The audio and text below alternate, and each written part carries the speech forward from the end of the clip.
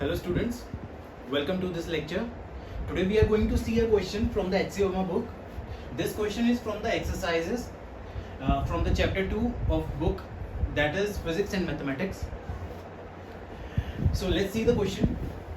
A carom board 4 feet into 4 feet square has the queen at the center. The queen hit by the striker moves to the front edge, rebounds and goes into the hole behind the striking line. इस question में क्या बोल रहे हैं कि there is a carrom board जिसके हमें dimensions given है. What are the dimensions? 4 feet by 4 feet.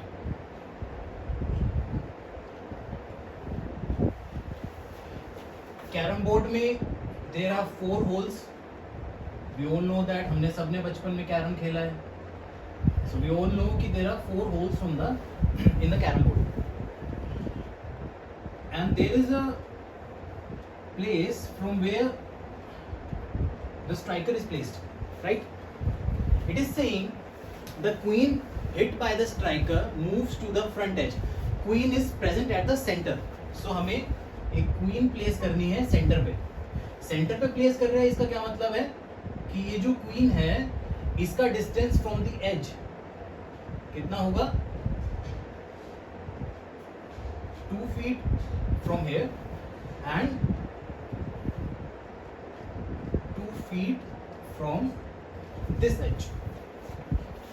So ये क्वीन सेंटर में है. अब हमने एक स्ट्राइकर से हिट किया क्वीन को, so the queen moves to the front edge. अब ये जो क्वीन है इसको इस स्ट्राइकर से मैंने हिट किया, so the queen moves to the front edge like this, and then it comes back and goes into the hole behind the striking line. So goes into the hole behind the striking line. Queen इस hole के अंदर चली जाती है, ये queen है. So this is what is given in the question. What they are asking is find the magnitude of displacement of the queen from the center to the front edge. What they are asking is we have to find the displacement of this queen from the center to the front edge. मतलब हमें suppose अगर ये point A है और ये point B है, so what they are asking is A part में क्या पूछ रहे हैं आपसे? AB की length कितनी है? This is the displacement of the queen from the center to the front edge. ये front edge है. So हमें ये निकालना है. इसके लिए हम what we'll do is let us assume that this distance, suppose this is C point, so let's say the distance BC is equal to x. Now as we all know that when a striker hits and rebounds it forms the same angle from the line which is perpendicular to the edge. मतलब जिस angle से ये आएगी उसी angle से ये rebound कर जाएगी. सो सपोज ये एंगल थीटा. अब हम अगर इस बड़े वाले ट्राइंगल को देखें, ये जो ट्राइंगल है let's say this is D and this is E. सो अगर हम ट्राइंगल BDE को देखते हैं, सो इस ट्राइंगल के अंदर ED की लेंथ कितनी होगी? ED की लेंथ वही होगी जो कि BC की लेंथ होगी. ED would be equal to BC would be equal to X. So अगर हम ट्रिग्नोमेट्री का यूज करें तो हम बोल सकते हैं कि ED upon EB is equal to tan theta. इस ट्राइंगल के अंदर अगर देखें ED upon EB would be equal to tan theta. ED की लेंथ हमें पता है कितनी है? X. और EB की लेंथ कितनी है? EB is equal to the length of the board, that is equal to 4. So यहां से हमें tan थीटा की वैल्यू कितनी मिल जाती है? X upon 4. अब अगर एक दूसरा ट्राइंगल देखें हम ये छोटा ट्राइंगल देखते हैं. ये छोटा ट्राइंगल, सपोज ये पॉइंट जो है let's say this is F. अगर हम इस ट्राइंगल को देखते हैं, AFB ट्राइंगल को अगर देखें हम ट्राइंगल AFB को, तो इसके अंदर ये देखो सबसे पहले AF की लेंथ किसकी इक्वल है? हमें ये पता है कि ये जो टोटल लेंथ है ये 2 फीट की इक्वल है। क्यों? क्योंकि ये सेंटर में है, सो इसका डिस्टेंस जो होगा एक एज से हाफ होगा ऑफ द टोटल, यानी 4 फीट का हाफ ले लिया हमने इसका 2 फीट। तो ये टोटल लेंथ मुझे 2 फीट मिल गई। मुझे ये भी पता है कि ये लेंथ ED की लेंथ कितनी है x। तो अगर AF की लेंथ देख रहा हूँ, यानी मैं इस डिस्टेंस को अगर देख रहा हूँ तो ये कितना हो जाएगा 2 माइनस x, इतना डिस्टेंस हो जाएगा। सो अगर हम इस ट्राइंगल के अंदर AFB के अंदर tan थीटा की वैल्यू निकालें, सो tan थीटा की वैल्यू कितनी आ जाएगी? AF upon FB।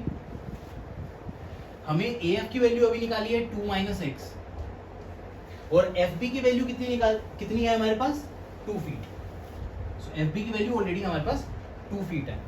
अगर हम इन दोनों स्टेटमेंट्स को अगर कंपेयर करें तो tan थीटा की value 2 minus x by 2 and tan theta की वैल्यू इज x बाई 4। तो अगर मैं इसको इक्वेट करता हूं, सो इस इक्वेशन से क्या मैं x की वैल्यू निकाल सकता हूं?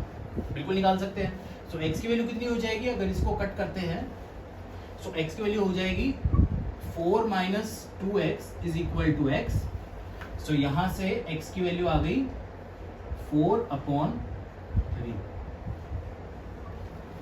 इतने फीट हो जाएगा x, राइट?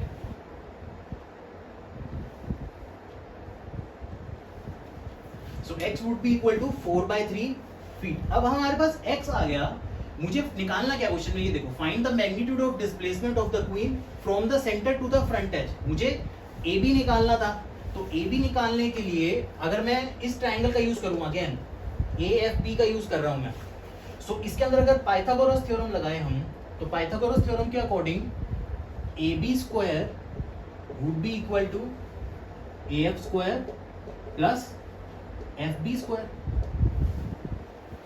AF स्क्वायर की वैल्यू क्या है? AF इज 2 माइनस x, यानी 2 minus 4 by 3 square plus FB की वैल्यू है 2, सो 2 का स्क्वायर। सो यहां से क्या वैल्यू आ जाएगी? 2 minus 4 by 3 would be equal to 2 by 3। So 2 by 3 का स्क्वायर प्लस 2 का स्क्वायर यानी 4। इसको अगर हम सॉल्व करें, so that means this will become 4 upon 9।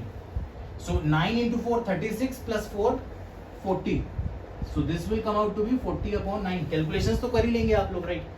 तो कैलकुलेशन में हम टाइम वेस्ट नहीं करेंगे अपना। So this comes out to be AB square is equal to 40 upon 9। So यहां से मैं AB की वैल्यू कितनी निकाल सकता हूं? Under root of 40 upon 9, which comes out to be 2 under root of 10 upon 3। So यहां से हमने क्या निकाल दिया?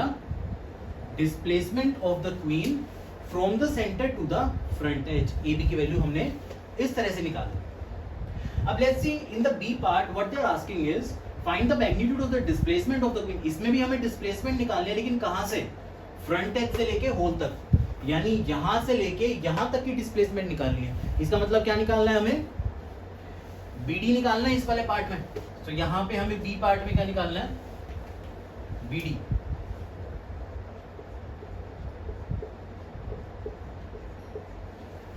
अब BD निकालने के लिए हमें क्या करना है? BD निकालना बहुत सिंपल है, हम लोग ये बड़ा वाला ट्राइंगल यूज कर लेते हैं। BED, ट्राइंगल BED को अगर हम यूज करें,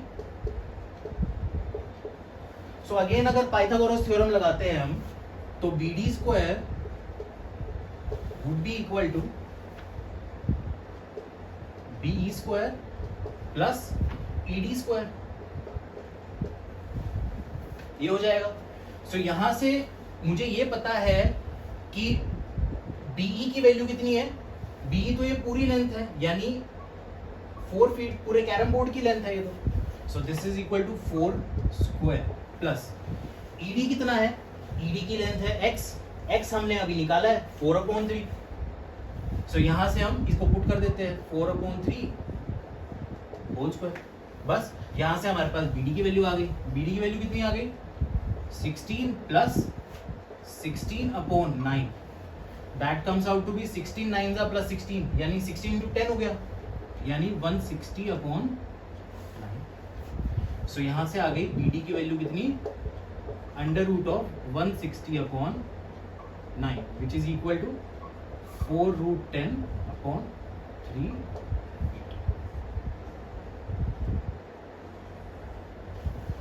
यहां से BD की वैल्यू इतनी आ जाती है। अब थर्ड पार्ट में हमसे क्या पूछा है, अगेन डिस्प्लेसमेंट निकालनी है, लेकिन कहां से, सेंटर टू द होल, यहां से लेके यहां तक निकालनी है मुझे। इस बार ये वाली लेंथ निकालनी है मुझे, यानी AD की लेंथ निकालनी है इस बार मुझे। तो AD की लेंथ कैसे निकालें हम? AD की लेंथ निकालने के लिए क्या हम ये वाला ट्राइंगल यूज कर सकते हैं? सपोज अगर ये पॉइंट कुछ G है, तो ट्राइंगल AGD को अगर हम यूज करें तो उसके अंदर पाइथागोरस लगाकर AD की लेंथ निकाल सकते हैं हम लोग। तो C पार्ट में हमसे पूछा है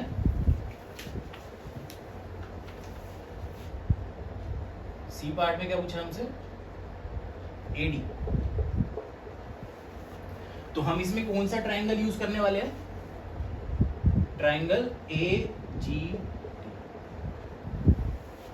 तो ट्राइंगल AGD के अंदर AD स्क्वायर, पाइथागोरस लगा रहा हूं again, AD square would be equal to AG square plus GD square. Now AG square, AG is equal to half of the carom board, that is 2 square, plus because queen is at the center, and GD is again half of the carom board, so this will also be 2 square. So this comes out to be 2 square यानी 4 plus 4 8. So that means AD is equal to under root of 8 feet, which is equal to 2√2. So in this way we found out displacement of the queen from the center to different parts of the board. So that's all. I hope आपको ये question बिल्कुल clear हो गया होगा, and if you like the video, so please share this with your friends and also subscribe our channel. Thank you.